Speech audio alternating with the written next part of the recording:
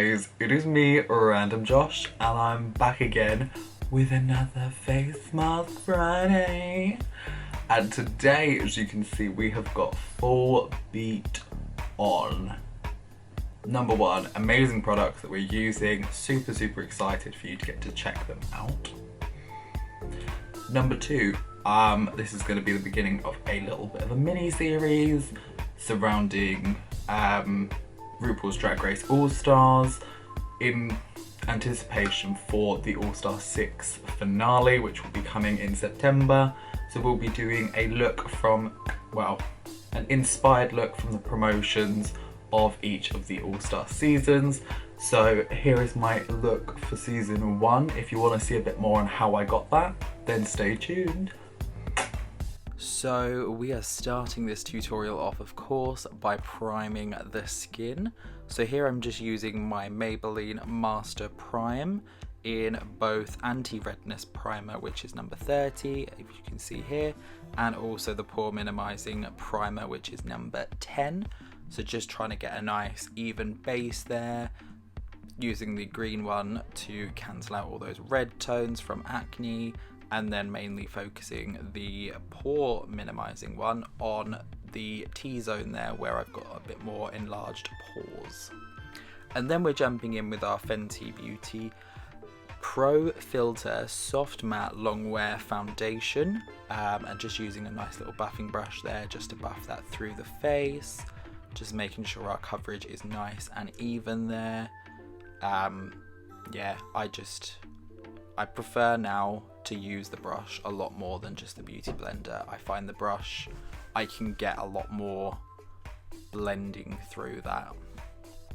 And then we are going in with our L'Oreal concealer there. So we're just making sure to get those lighter areas just to brighten those up ever so slightly. So mainly focusing on the under eyes, and then just adding little bits to the nose, the cupid's bow, and the forehead as well, just to brighten those up so that we can get rid of any kind of dark areas, and it just helps to contour as well. So it's the highlighting stage of the contour. I don't like to go too heavy on this stage just because I'm already pale enough. I don't really need to go any more pale. And now jumping into bronzer here, so I'm using my Benefit Hoola Matte Bronzer. I'm just basically using my contour brush there just to buff that through the cheekbones. I'm starting out a little bit higher than I normally would, so going a bit more above the ear, just as an aim to try and give myself a bit more of a lifted look, as this often will help with that. So more diagonal strokes rather than straight across the face. We're now going in with some blush. So this is my Revolution Blusher Reloaded in Baked Peach. Gotta love a bit of peach on the blush there. Again, just going over those basic points of the cheeks. And I did, as you can see there, add a little bit over the nose just to give it a bit more of a sun-kissed finish to the face. So this is a new product here. So this is my Coty Air Spun Loose Face Powder in Translucent. I actually got this, it was inspired basically by Miss Trixie Mattel, who uses this. Obviously it is, they use it for drag, but I was like, do you know what, it actually is quite a nice setting powder, so I wanted to go in with that. And then, as you can see here, we're also just starting off with the eyes. So just taking a nice dense flat brush with our P. Louise base in shade 0, just to give ourselves a nice flat canvas to work on. Now you can use any primer for this. You can use your concealer if you really want to. I just really do enjoy, like personally, using this the P. Louise bases. I think they are absolutely stunning, and yeah, it's just like I said, to give you a nice kind of even canvas to work on. And a lot of the time as well, once you've got like that fresh primer on the eye, it helps the product to stick to it as well, so it can really help to make those colours pop. which you will hopefully see pretty soon. So just making sure that it's nice and even there, and just taking away some of the excess so that it's not too cakey on the eyes as well with my finger, which is lush. And now, of course, starting off with the eyes, we're going in with the Beauty Bay EYN Nude Palette. So I'm just taking the shade there called Toast and putting that basically on a nice fluffy blending brush and just pretty much creating a natural definition on the eye. So just basically going along the crease line and just kind of like buffing that through as well, so that it does have like a gradual fade out. So it's not just a harsh line of brown basically, it does actually kind of blend through. So again, you can see a little bit on how the primer does help there. And now just taking a bit more of a dense brush here with the shade Warm and Cozy, and just essentially cutting through the crease again, and as you can see as well, just going over that like lash line as well, just to add a little bit more depth to it.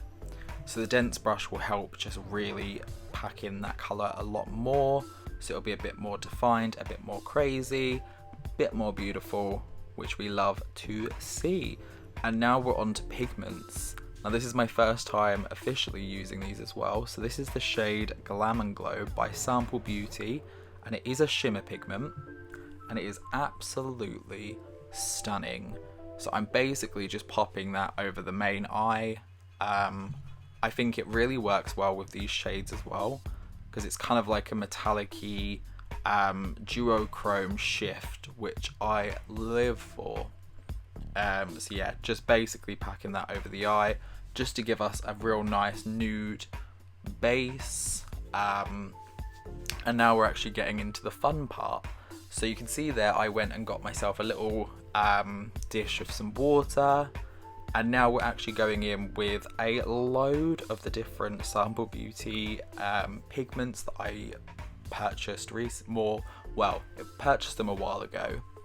But yeah, we're basically just using the water to activate the pigments into more of an eyeliner consistency, so they're a bit more liquefied, a bit more intense, and they're a bit more easy to use as well when doing these like fine little dots.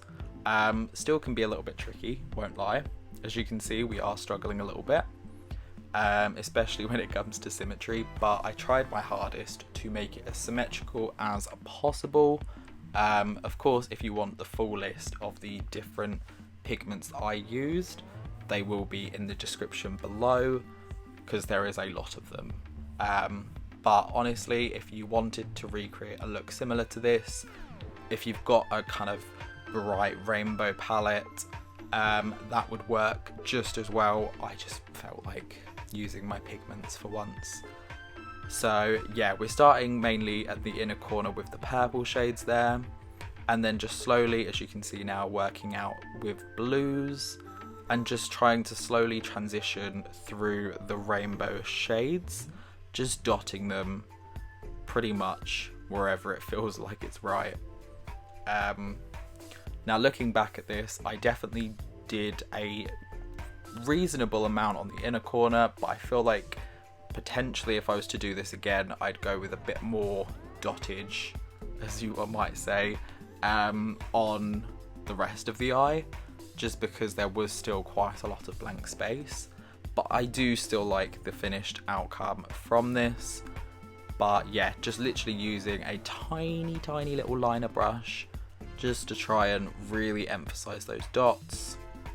I tried to kind of mix them in there as well, so that it wasn't just like one colour changing to one colour changing to one colour. They do kind of overlap a little bit, so you'll see a bit of dark with a bit of bright, kind of just a bit mishmashy. Just again to give it a little bit more dimension, a little bit more texture, a little bit more of some oomph as such. But yeah, so just continuing basically dotting them wherever I felt like worked. Very tricky, I will say, to try and, especially with symmetry, which is why I keep going from one eye to the other rather than just doing a big chunk of one eye and then doing the other eye. I like to kind of do those same either 1 or 2 dots on the eyes so that I can see roughly where they're placed. And one thing that I did notice as well with these, when using the water, it does make the colours look darker, but once they actually dry, they do kind of return roughly to their original shade. So if any shades look really, really similar when you've put them on with the water, don't worry, there is a chance. If they were 2 very different shades in the original palette, it's just because obviously when you add water to anything light, it darkens it. So things like a lighter purple, like a lilac, would go to a dark purple, whereas a dark purple wouldn't really change all that much. So it can come across that they look very similar, which was my main fear at the beginning, because the purple shades really looked very similar and I was very scared that they weren't going to come out as I wanted them to, but in the long run they came out just what I wanted. So yeah, you can see we've gone through the greens, the yellows, and I think we're on to the orangey reddy shades. More orange at the moment, and then slowly transitioning to the red now. So those for the outer corner, kind of like cat eye look. So I wanted to try and spread them out as much as possible so that you could really see all of the definition from each different shade as well. You can see there I did actually make a little bit of a mistake on my cheek. The thing with this is it does get quite messy and all over your hands, so it's probably ideal to have like a kind of powder puff to hold against your skin so that you don't replicate an error like that. It is an easy fix, however, but it is a bit of a nightmare. So now, of course, we're going on to our brows, which is our Revolution Pro Brow Pomade in taupe. First of all, just all over the entirety of the brow, and then jumping in with the medium brown shade just for the tail end, just to give it that little bit more oomph. And that is pretty much my go-to with brows now. I just like the way that it kind of makes them a bit more defined, a bit more sharp, and sexy. And now onto lashes. You can see we've got some nice big full lashes there. So first of all, just getting our lashes ready with some Benefit Roller Lash Mascara, my literal go-to mascara, brushing them down. And then we've got here the Be Perfect with Blue Hydrangea lashes, and these are in Feeling the Fantasy. So they are very, very, very big. These are drag lashes essentially. As you can see, they are huge. Not for everyday wear, of course. And now going on to the lips, we're doing something a little bit different as well today. Something that I've never really done before. I've been experimenting off camera a little bit with this, but we're going in with the Jeffree Star Cosmetics Velour Lip Liner in Christmas Cookie, just to line the lips there, and then using the Be Perfect Double Glaze Lip Gloss in Drip Drip, which is a very, very nude shade. Now, when I got this, I wasn't too sure if it was gonna look okay, but as soon as I put those two products together, I just lived my best life. It really helps to define that pout. It makes your lips look fuller, more juicy, and just beautiful. And now, of course, we cannot do a look without some highlight. So we've got our Be Perfect with Stacey Marie Get Wet Cream Highlighter in Do You, just to add that little bit of glitz and glam. And then finishing off, of course, with some Morphe Continuous Setting Mist, just to set all of this beauty.